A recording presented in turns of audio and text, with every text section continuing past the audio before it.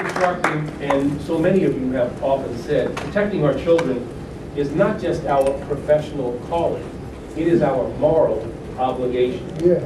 Our nation will be defined, and its future will be determined by the support that we provide and the doors that we open for our young people. Looking toward and planning for this future, we don't have a moment to waste. In fact, in many communities, the problem of youth violence has reached crisis proportions. Today, the majority of America's children, the majority, more than 60% of them, have been exposed to crime, abuse, and violence. And rates of exposure as a witness to or a victim to violence are even higher in low-income and minority communities. And while people often talk about the fact that African Americans are disproportionately jailed, and it's true, why aren't we also discussing the fact that black people are also disproportionately victimized by violent crime? African Americans are now about 13% of the nation's population, and we constitute 50% of the nation's homicide victims. More than 90% of the black murder victims in this country are killed by other black people. That's right, 9 out of 10. And the leading cause for young black men ages 15 to 24 is homicide. Homicide. How can our nation risk losing so many of tomorrow's teachers, and pastors, scientists, and physicians, attorneys, and artists?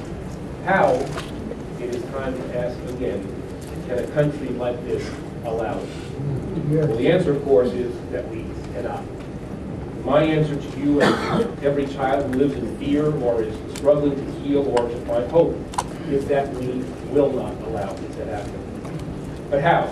How can we effectively prevent and combat youth violence? How can we remedy the symptoms?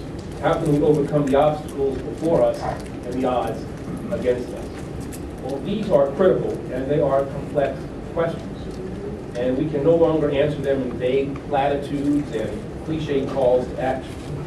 My answer to these questions and to how we're going to address the causes and the consequences of youth violence is simple. And I think it's something that you all are already doing. Take it personally.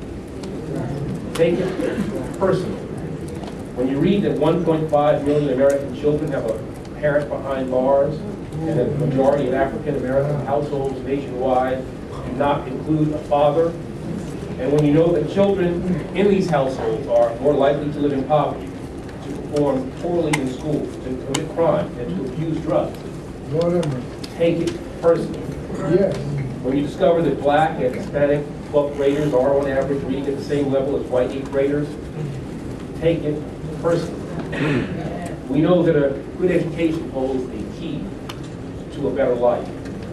When you hear that in some neighborhoods many kids are more concerned with their jump shots than with their report cards, take it personally.